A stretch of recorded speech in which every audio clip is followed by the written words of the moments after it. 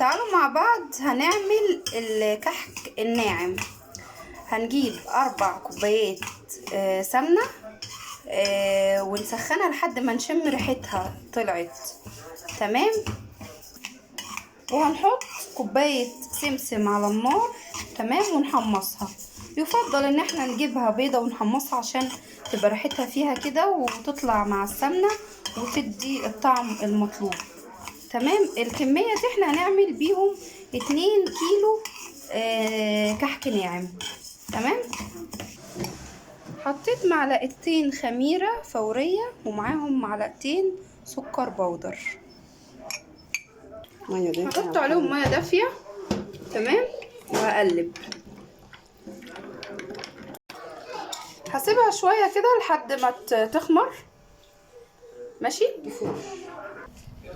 حطيت السمسم المحمص على الدقيق تمام، او بعد بس سبته يبرد شويه. قلبت السمسم وهضيف معلقتين ريحه كحك.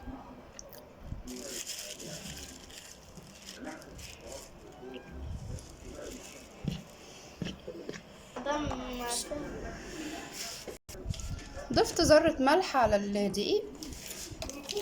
هضيف كيس بيكنج باودر على المقدار ده واقلب.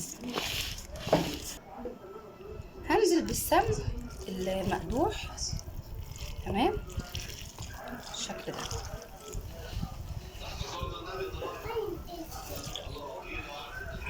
واقلب.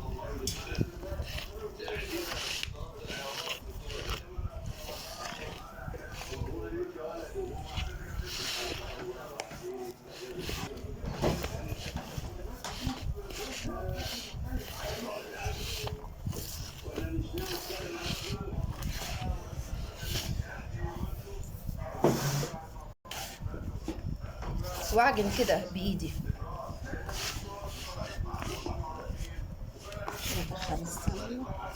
عشان ادخل السمنه جوه الدقيق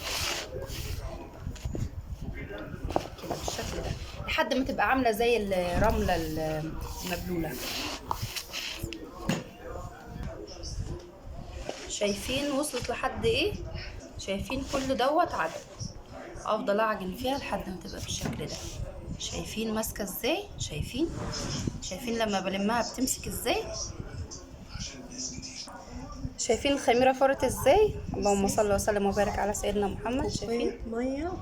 هنزل بكوبايه ميه دافيه تمام على العجينه واعجن.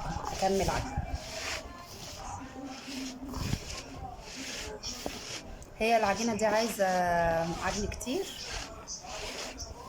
تمام. افضل اعجن فيها الم.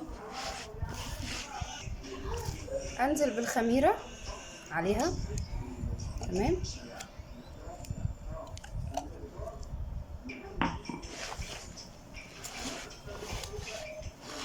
واكمل.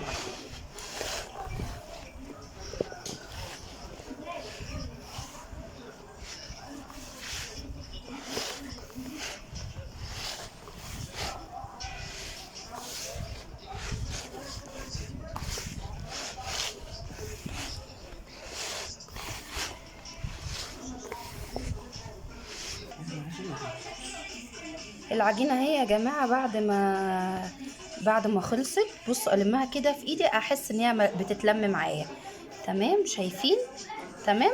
وبعد كده انا بشتغل فيها على طول. على ما بشتغل فيها هي بقى بتكون ايه ارتاحت وخمرت. لكن انا ما بسيبهاش يعني بشتغل فيها على طول.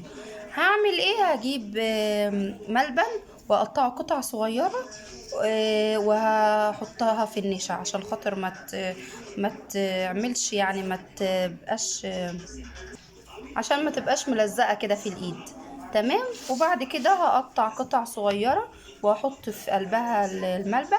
هنشوف مع بعض كله بالتفاصيل.